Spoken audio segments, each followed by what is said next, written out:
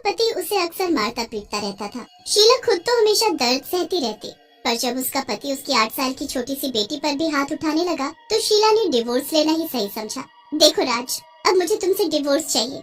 मैं खुद तो ये सब बर्दाश्त कर सकती हूँ, पर अब सवाल मेरी बेटी का है और मैं उसका फ्यूचर ऐसे बर्बाद नहीं होने दे सकती हूँ। शीला अपने पति राज से डिवोर्स ले लेती है और वो अपनी बेटी प्रिया को लेकर नए शहर में एक नई शुरुआत करने के लिए चली जाती है।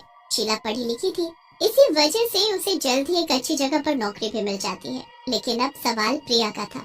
एक दिन शीला की दोस्त टीना उसके घर आती है। वो दोनों बैठकर आपस में बातें कर रही थी। टीना, मुझे तो समझ ही नहीं आ रहा है कि मैं क्या करूं। प्रिया के स्कूल में दाखिला करवाने और उसे स्कूल भेजने में अभी 1 हफ्ता लगेगा और कल से मेरा जॉब पर जाना भी बेहद जरूरी है। अब तुम ही बताओ कोई रास्ता मुझे। अरे ये तो समस्या है, क्योंकि तुम प्रिया को अपने साथ लेकर भी नहीं जा सकती। वही न टीना, बताओ मुझे कि मैं अब क्या करूं। मैं उसे अकेले भी नहीं छोड़ सकती और साथ तो बिल्कुल ही नहीं ले जा सकती। ऐसे हालातों में मेरा जॉब करना भी बेहद जरूरी है। अच्छा, क्या तुमने second parent baby sitter app का नाम सुना है शीला? देखो, आज के जमाने में हमारा फोन हमारी हर हेल्प कर सकता है। ये जो ऐप है ना शीला, इस ऐप की मदद से तुम एक जिम्मेदार और भरोसेमंद बेबी सिटर को यहीं घर पर बुला सकती हो। वो प्रिया का ध्यान रख लेगा और फिर सिर्फ 1 ही हफ्ते की तो बात है। ओह, ये तो सुनने में बहुत अच्छा लग रहा है, पर क्या सच में इस ऐप पर भरोसा कर सकती हो टीना? ये सेफ तो है ना? हाँ हाँ शीला, बिल्कुल। अब मैं चलती हूँ, तुम इसी ऐप की मदद लेना। टीना प्रिया को बाय करती है और शीला के घर से चली जाती है। उसी दिन शाम को शीला उस ऐप को डाउनलोड कर लेती है और उसकी मदद से चमेली नाम की एक बेबी सिटर को अगले 1 हफ्ते तक के लिए अपॉइंट कर लेती है। अगले दिन सुबह जैसे शीला ऑफिस के लिए रेडी होती है, उसके दरवाजे पर दस्तक होती है। जब शीला दरवाजा खोलती है तो देखती है कि दरवाजे पर महज एक 19-20 साल की लड़की खड़ी थी। उसने काले रंग के कपड़े पहन रखे थे और उसका चेहरा बिल्कुल सफेद था। उसकी नीली आंखें देखकर ऐसा लग रहा था मानो उनमें बिल्कुल जान ही ना हो। वो लड़की शीला से कहती है, हेलो मैम, मेरा नाम चमेली है और मैं ही आपकी बेबी सिटर हूँ। आज से अगले 1 हफ्ते तक आपके ऑफिस जाने से पहले मैं आ जाऊंगी और तब तक आपके बच्चे के साथ रहूंगी जब तक आप वापस नहीं आ जाते। शीला को वो लड़की अजीब तो लगती है, पर वो जल्दबाजी में उस पर ज्यादा ध्यान नहीं देती और उसे प्रिया के खाने वगैरह के बारे में बताकर ऑफिस चली जाती है। इधर प्रिया अभी सोकर नहीं उठी थी और वो अपने बेड पर चुपचाप लेटी हुई थी। चमेली जाकर उसके सामने बैठ जाती है और उसे अजीब तरह से घूरने लगती है। तभी प्रिया की आंख खुल जाती है तो वो सामने चमेली को बैठा हुआ देखती है। आप कौन हो?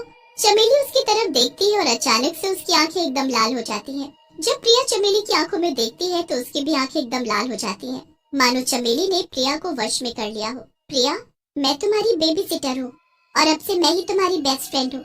मैं हर वक्त तुम्हारे साथ रहूंगी। तुम्हें मेरी सारी बातें माननी होगी। ठीक है, मैं आपकी सारी बातें मानूंगी। शाम को जब शीला घर आती है तो चमेली वापस चली जाती है, पर शीला देखती है कि प्रिया अजीब सा बर्ताव कर रही थी। जब डिनर के बाद शीला प्रिया के रूम के बाहर जाती है तो उसे अंदर से कुछ आवाजें आती हैं। प्रिया किसी से बात कर रही थी। हाँ, मुझे पापा की बहुत याद आती है। क्या तुम सच में उन्हें वापस ले आओगी? पर मम्मी पापा को पसंद नहीं करती और पापा भी। नहीं, मम्मी बुरी नहीं है। शीला ये सब सुनकर दंग रह जाती है और वो कमरे के अंदर आ जाती है। शीला के अंदर आते ही प्रिया सहम जाती है। अरे मम्मी, आप यहाँ? वो मैं खेल रही थी अपने टॉय से। पर प्रिया, तुम किसी से बात कर रही थी ना? कौन था यहाँ? प्रिया अपने कमरे की खिड़की की तरफ देखती है। अंधेरे की वजह से खिड़की के बाहर कुछ नहीं दिख रहा था। मम्मी, वो वहाँ पर मेरी फ्रेंड आई थी, वही फ्रेंड जो दिन में आई थी। मैं उसी से बात कर रही थी। शीला खिड़की की तरफ देखती है। बेटा, पर हमारा तुम्हारा रूम 2nd फ्लोर पर है। भला कोई उस खिड़की से कैसे आ सकता है? जरूर तुम्हें वहम हुआ होगा। चलो अब सो जाओ। शीला खिड़की बंद कर देती है और प्रिया को सुला देती है। शीला खुद भी प्रिया के बगल में सो जाती है। इसी तरह 5 दिन बीत जाते हैं। चमेली के जाने के बाद प्रिया अजीब हरकतें करने लगती थी। वो शीला से बात नहीं करती थी और अक्सर वो अपने ही कमरे में बंद रहती थी। शीला अक्सर उसे खुद से बात करते हुए और हंसते हुए भी सुनती थी। एक दिन आधी रात में शीला को एक तेज आवाज सुनाई देती है। वो दौड़कर अपने किचन में जाती है तो देखती है कि प्रिया हवा में उड़ रही थी। उसकी आंखें एकदम लाल थी। प्रिया किचन के एक कोने में देख रही थी। शीला जब उस तरफ देखती है तो दंग रह जाती है, क्योंकि किचन के कोने में चमेली खड़ी थी। चमेली, इतनी रात गए तू यहाँ क्या कर रही है? और तू अंदर कैसे आई? क्या किया तूने मेरी बेटी के साथ? अब वो तेरी बेटी नहीं, मेरी बेटी है। चमेली प्रिया की तरफ इशारा करती है और अपनी उंगलियां घुमाती है, जिससे प्रिया का सर उल्टा घूम जाता है और फिर अचानक से वो नीचे जमीन पर गिर जाती है। अरे मेरी बेटी प्रिया, उठ जाओ बेटा, देखो तुम्हारी मम्मी यहाँ है। प्रिया आंखें खोलती है और शीला को जोर से धक्का दे देती है, जिससे शीला दूर जाकर गिरती है। प्रिया अपने हाथ में चाकू ले लेती है और चमेली के पास जाकर खड़ी हो जाती है। देख ले शीला, अब ये सिर्फ मेरी बात सुनेगी, क्योंकि अब ये मेरी बेटी है। तुझे इसकी परवाह कभी थी ही नहीं, क्योंकि तूने इसे किसी और के पास छोड़ दिया। पर अब प्रिया अपनी असली माँ के पास आ गई है और मेरे एक इशारे पर ये तुझे भी खत्म कर देगी। तुम ये सब क्यों कर रही हो? कौन हो तुम और मुझसे क्या चाहती हो? मैं कोई इंसान नहीं बल्कि एक चुड़ैल हूँ। मेरी माँ भी मुझे इसी तरह से घर पर अकेला छोड़कर चली जाती थी और एक दिन उनकी लापरवाही से मेरी मौत हो गई। तब से मैं बेबी सिटर चुड़ैल बनकर घूम रही हूँ। जो भी माँ अपने बच्चे को अकेला छोड़ती है, मैं उसके बच्चे को अपने वश में कर लेती हूँ और उसकी माँ को अच्छा सबक सिखाती हूँ। और अब तू भी मरेगी। प्लीज मुझे छोड़ दो।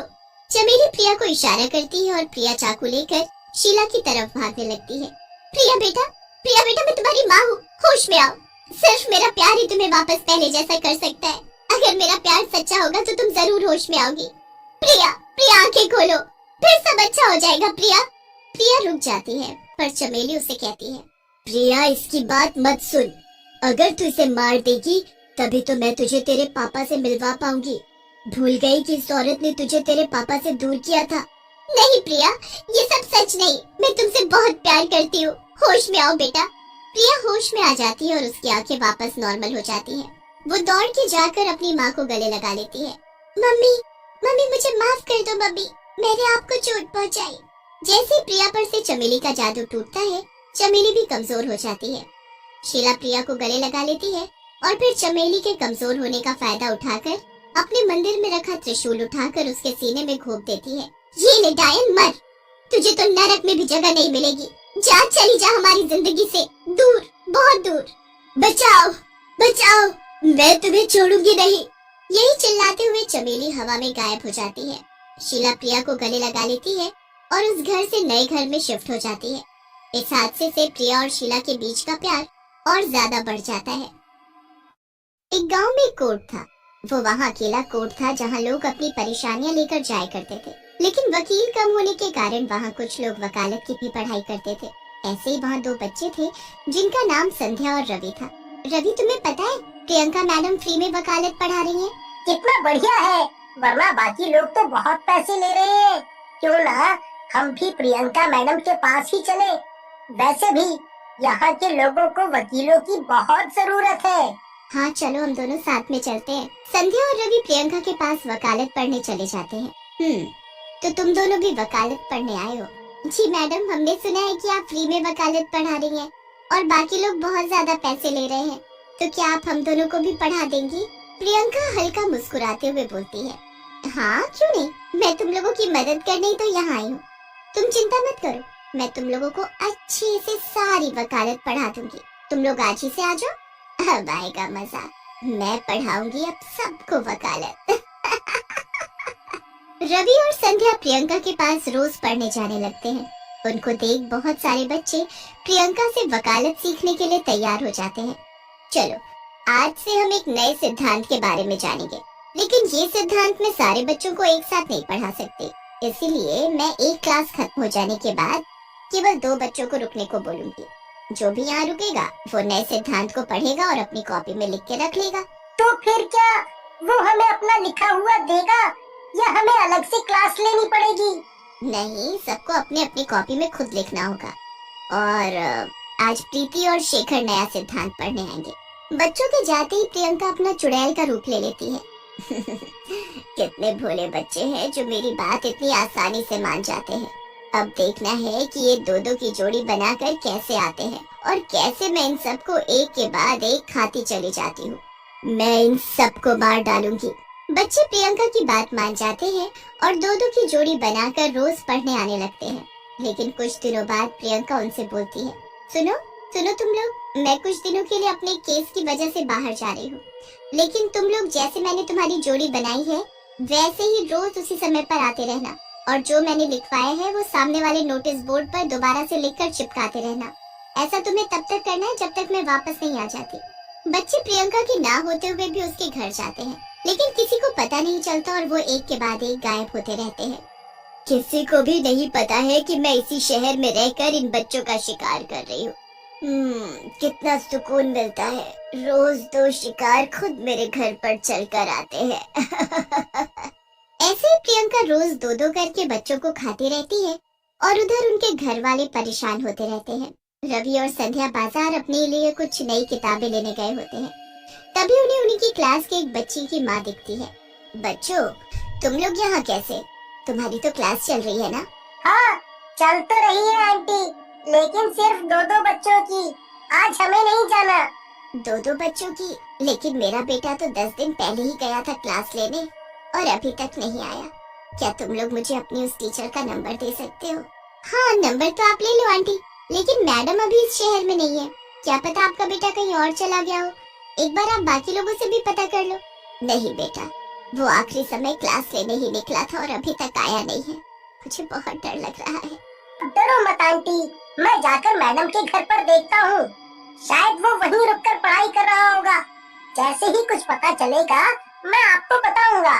रवि और संध्या उस बच्चे की माँ से ये बातें करके सीधा प्रियंका के घर की तरफ चल देते हैं। अरे, वो आंटी तो कह रही थी कि वो बच्चा यहाँ आया था, लेकिन यहाँ तो कोई भी नहीं है। तो ऐसा कैसे हो सकता है कि कोई क्लास लेने आए और यहीं से गायब हो जाए? क्या पता आंटी को पता ना हो और वो कहीं और चला गया हो। दोनों वहाँ से चले जाते हैं और इस बारे में ज्यादा सोचते नहीं है। लेकिन तभी रंजन की मम्मी हड़बड़ाती हुई उन्हें पुलिस स्टेशन जाती हुई दिखाई देती है। अरे आंटी रुको, क्या हुआ? आप इतनी परेशान क्यों हो? कोई परेशानी है? पुलिस स्टेशन क्यों जा रही हैं आप? बेटा, रंजन 7 दिन से घर नहीं आया। हर जगह पता कर लिया लेकिन वो कहीं नहीं गया। आखिरी समय मैंने सिर्फ उसे क्लास जाते देखा था। अभी जाकर क्लास में भी देखा तो वो वहाँ पर भी नहीं दिखा।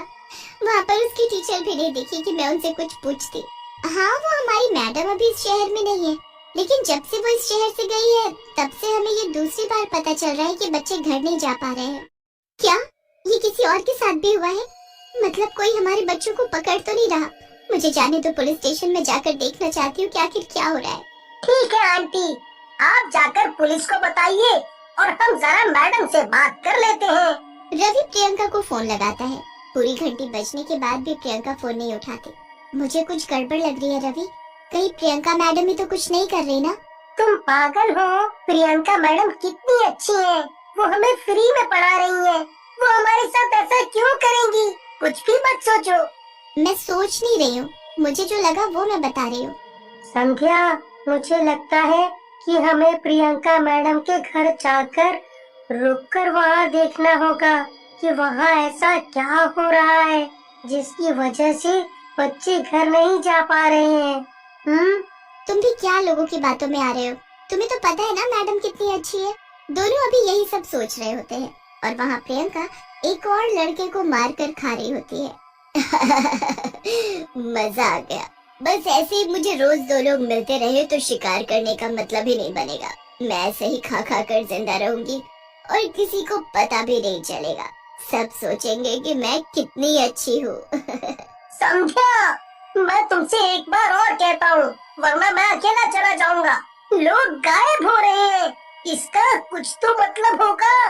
कोई तो कारण होगा ना? ठीक है बाबा, मैं चलती हूँ तुम्हारे साथ, लेकिन अगर कुछ नहीं निकला ना तो तुम खुद को कभी माफ नहीं कर पाओगे। संध्या और रवि प्रियंका के घर जाते हैं तो वो देखते हैं कि प्रियंका अपने असली रूप यानी चुड़ैल वाले रूप में किसी एक इंसान को मार रही है। अब वो दोनों बहुत डर जाते हैं। चल रवि, हमें यहाँ से जाना होगा वरना वो हमें भी मार डालेगी। हम यहाँ से चलते हैं और फिर यहाँ कभी नहीं आएंगे। पागल हो गई है? मैं यहाँ से नहीं जाऊंगा। ये लोगों को मारती है और न जाने कितनों को मार चुकी है। अगर हम आज यहाँ से भाग कर चले गए तो ये फिर लोगों को मारेगी। रवि प्रियंका चुड़ैल के घर के पीछे जाता है और उसकी खिड़की से प्रियंका चुड़ैल को देखता है। उसको विश्वास नहीं हो रहा होता कि वो प्रियंका है। वो उसको फिर से एक बार रूप बदलते हुए देखना चाहता है। तभी प्रियंका चुड़ैल से फिर प्रियंका बन जाती है और वहाँ से निकल जाती है। मुझे समझ आ गया है, हमें क्या करना है। चलो यहाँ से। क्या समझ आ गया है? क्या करना चाहते हो मुझे भी बताओ। संध्या, चलो मैं बताता हूँ तुमको। चलो यहाँ से, मैं तुम्हें सब बता दूंगा। संध्या और रवि जल्दी से वहाँ से निकल जाते हैं। रवि, मुझे कुछ समझ में नहीं आ रहा है, तुम करना क्या चाहते हो? बस तुम इतना समझ लो, मैं जो भी करूँगा वो हम सब के लिए सही होगा। रवि उन बच्चों के पास जाता है जो आज प्रियंका के घर जाकर पढ़ने वाले होते हैं और उन्हें किसी तरह मना लेता है कि वो आज पढ़ने ना जाए। और फिर वो संध्या के पास जाता है और संध्या से बोलता है, सुनो संध्या, आज हम दोनों को पढ़ने जाना होगा। आज हम उन बच्चों को नहीं भेजेंगे। रवि तुम पागल हो गए हो, हम अपनी जान खतरे में क्यों डालें जब हमें पता चल चुका है कि वो चुड़ैल है। संध्या उसकी बात मान जाती है और रवि के साथ चली जाती है। चुड़ैल जब उनको देखती है तो सोचती है, अरे आज ये दोनों यहाँ कैसे? मुझे अच्छे से याद है इनकी बारी तो अभी नहीं आई थी। खैर मुझे क्या, मेरा भोजन तो आ गया, मैं अब इन दोनों को भी नहीं छोड़ूंगी। चुड़ैल प्रियंका का रूप लेकर उन दोनों के पास जाती है। अरे बच्चों, तुम दोनों आज यहाँ कैसे? वो सब छोड़ो और ये बताओ तुम यहाँ कैसे? मैं तो आज ही लौटी हूँ। क्यों, क्या हुआ? जैसे प्रियंका रवि के पास बढ़ती है, रवि उसकी आंखों में मिर्च डाल देता है। मिर्च डालते ही प्रियंका गुस्से में चुड़ैल बन जाती है। ये क्या होशियारी दिखा रहे हो मुझे? तुम लोग ये मत सोचना कि मैं कुछ नहीं कर पाऊंगी। रुको, तुम दोनों को अपनी जान से आज हाथ धोना पड़ेगा। इससे पहले कि चुड़ैल कुछ कर पाती, रवि अपने बैग से तेजाब की बोतल निकालकर उस पर फेंक देता है। अरे नहीं, मेरा चेहरा जल रहा है। अरे कोई बचाओ मुझे। ये तुझे तब सोचना चाहिए था जब तू दूसरे लोगों को मार रही थी।